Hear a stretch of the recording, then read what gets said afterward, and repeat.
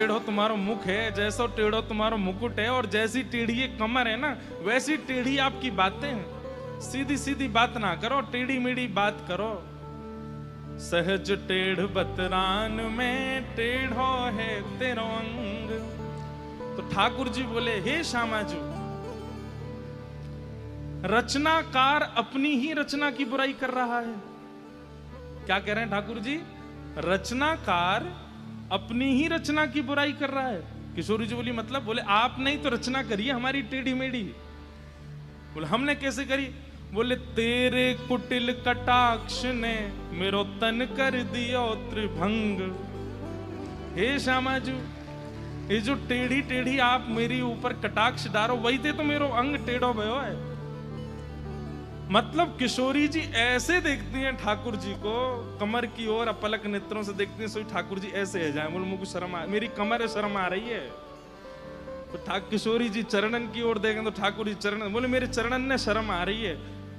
ठाकुर जी की मुख की ओर देखें तो ठाकुर जी कहें, अब मेरे मुख को भी शर्म आ रही है। किशोरी जी के मुकुट ही देख लूं तो मुकुट भी टेढ़ो है। ऐसे ठाकुर जी बांके बिहारी है, संपूर्ण टेढ़े है। बड़े बड़े भाव हैं भैया हमारे ब्रज के। तेरे कुटिल कटाक्ष ने मेरो तन कर दियो त्रिभंग। बंक मुरली की बलिहारी, चलो पिया नटवर गिरधारी। बंक मुरली की बलिहारी, चलो पिया नटवर। इसलिए जिनका भी ये पत्र है, आपसे हमारी प्रार्थना है, कम से कम भैया, लोग नारायण शिव में भेद मानने लग गए, लोग राम कृष्ण में भेद मानने लग गए, आप किशोरी जी और ठाकुर जी में ही भेद मानने हो, ये गलत है। उनके आपके मुख से राधा राम निकल रहा है तो ये चित्त में बैठे कृष्ण ही पुकार रहे हैं। आपके मुख से कृष्ण नाम निकल रहा है तो चित्त में बैठी किशोरी जी पुकार। आपकी सामर्थ्य कहाँ है बोलने की? इसलिए इन दोनों युगल में ये भेद मत रखो।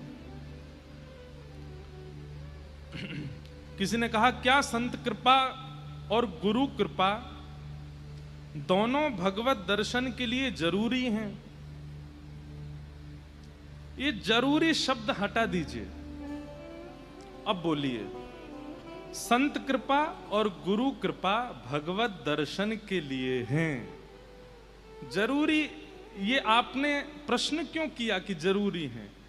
जब तक संत, कल ही हमने कथा में कहा था, चाहे जितने साधन कर लीजिए, चाहे जितने जप तप नियम कर लीजिए, लेकिन यदि गुरु प्रसन्न नहीं है, कोई वैष्णव प्रसन्न नहीं है, कोई रसिक आपके